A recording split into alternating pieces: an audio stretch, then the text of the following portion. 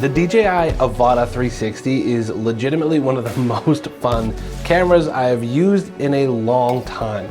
You can create shots with this drone that I previously would have never even dreamed up or thought of creating. And now with a 360 flying camera, the results you can get are just insane. And the barrier to entry, whether you're a pro drone enthusiast or you're just beginning, there is a lot that this camera can do that I think will hit the mark for a lot of people. Now previously, to get drone shots like this one that you're seeing on screen, you would have to be an insanely talented FPV pro pilot with hours of test flights to get this shot right.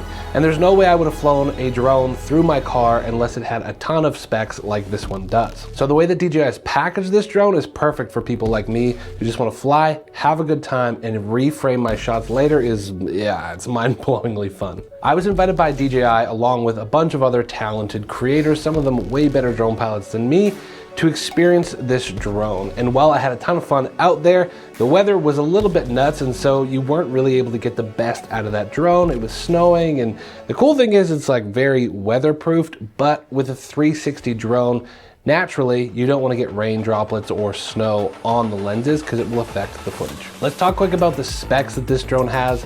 It has a 1/1.1 inch sensor, so it's an 8K 360 camera, which is essentially like their Osmo 360 camera. I'm not sure what the differences are in those cameras, but it seems to be their flagship 1-inch sensor. Another great spec that this has is it's maintaining 10-bit DLOG footage, and you can adjust that manually or use auto depending on how you want to do it. I tend to do auto and then just set my exposure values to -0.7 to get really decent results. It can shoot up to 8K in 60 frames per second.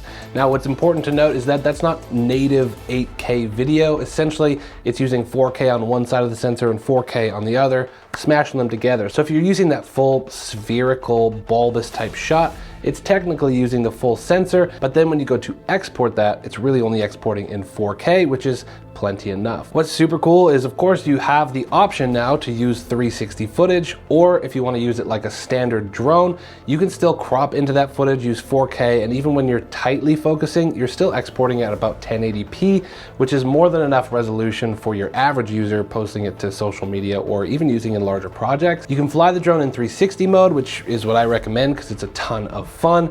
Or you can actually switch it over to single lens mode, and then you can fly it like a standard drone. You can do the pivoting and tilting and those types of things, but then you do lose the capability to edit this footage in post afterwards. And that is the major strength of this drone, is that you can fly it very simply. You can do basic flights and get a ton of amazing results after the fact. You can get 4, 5, 6 different shots out of one flight. So instead of potentially flying 5 times in 5 different ways, you can fly once and get a lot of shots out of that same angle. Now, what excited me as an automotive content creator the most is the intelligent flight modes. Similar to the tracking features that you can do on all the other DJI drones, with the Avata 360, you can fly more simply and arguably safer because this is the same as like the Inspire 3. You can see the forward-facing camera and then also see what your car is tracking. That is like pro-level drone quality in the Avata 360, which is kind of mind-blowing if you're asking me. And another problem that fixes for us, which is intelligently in post-production, which is arguably probably the biggest hiccup for people with 360 cameras,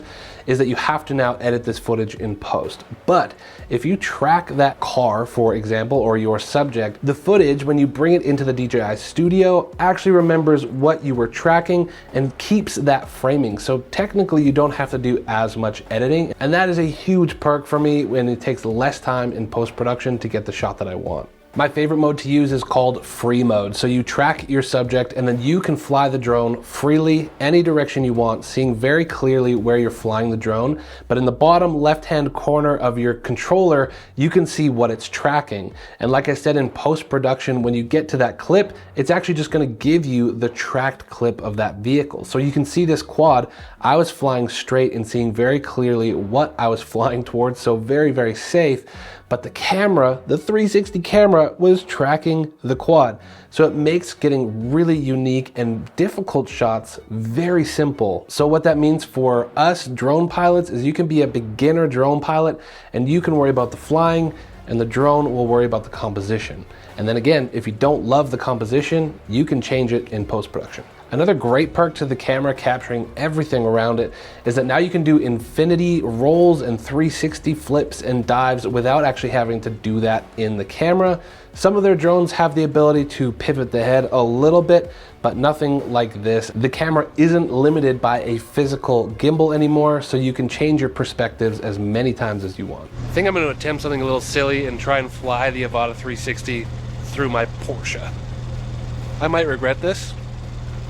We'll see. So I had this idea to fly the drone through my Porsche 911, and this is something traditionally I would never try with any other drone, because if you screw that up, the propeller blades are gonna chop up the seats, or if you crash it, it's gonna damage stuff. But this drone has some really great built-in safety features. It has propeller guards all the way around the drone. It has omnidirectional sensing, which is great, and it has forward-facing LiDAR. Now, the shot through my Porsche, I had to turn it into sport mode so that the sensors wouldn't go crazy. But because it's so small, nimble, and easy to use, I felt very safe getting it through that window and creating some really unique shots that I'm actually super stoked on. The other absolute beauty about this drone is you can just fly it straight and then you can change the angle. I don't know any drone, unless you're like an absolutely insane FPV pilot, that could fly through this car and see the dashboard and then fly out and then get a totally different angle. That just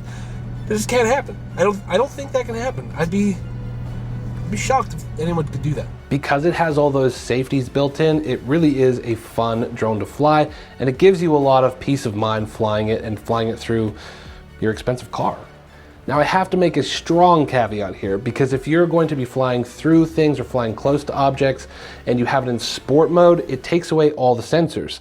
So just be mindful to switch it back to the normal mode, because if you don't and you're flying the drone or you're tracking your car, the sensors are turned off and it might run into a tree. And that may or may not have happened to me. So just be mindful, when you switch over to sport mode, your sensors do go away. So switch back to normal flying mode and all your sensors and safeties will come back. If you do happen to damage or scratch up your lens, well, the good thing is they have replaceable lens kits, and they make it very easy for you to take a lens off and replace it, and then you're back up to flying again. You can get replaceable propellers, all those things. Highly recommend getting the DJI Refresh Care programs. I have that on all of the cameras that I have with them. When it comes to transmission and control, the range is very impressive on this thing. You can fly up to 20 kilometers away. You have a 1080p 60 frames per second transmission coming back to your controller. So it's really, really strong, and DJI has worked really hard to make sure that these connections are foolproof. They're not perfect, but they're really, really good. So as long as you're maintaining line of sight to your drone, which is technically legally what you're supposed to be doing, you really should have no issues with maintaining a strong signal. One thing I love about DJI is they are continuing to put internal storage into, it seems like, all of their upcoming cameras. And this one is no different. You have 42 gigs of internal storage, meaning you can get up and running faster. Now, I do want to touch on the post-production. This tends to be the harder part of 360 cameras. And like I said, if you're using the tracking functions on this, it keeps that memory bank and keeps that file, so you don't have to change that in post. But if you want to change anything, it's really easy in the DJI Studio app now to change your roll, to do any flips, and you're really just setting key points on there. It's getting easier and easier to take the idea that I have in my head and be able to create that in the DJI Studio, export it at high quality out to my computer. Having 10-bit DLOG footage means that I can bring that into Final Cut Pro or whatever editor that you're using, and you can tweak that footage pretty nicely to get impressive footage. So after using the drone for 3 months, I am wildly impressed with it. I still continue to come up with creative ideas on how I can use this drone differently than I can use any other drone.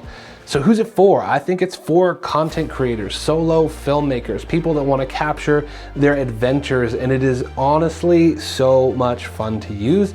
I will be using this camera on productions, on videos moving forward for my YouTube videos. It is such an impressive camera. You can make it as simple as you want, or you can make it as genuinely complicated as you want. I think what makes any camera or tool stand out is if it's something that makes your process easier, but also it inspires potentially new ways of creativity, and hands down, this drone does that. I hope you guys enjoyed this video. If you did, please consider subscribing to the channel. You might enjoy that video there, and I do hope I'll see you guys in the next video.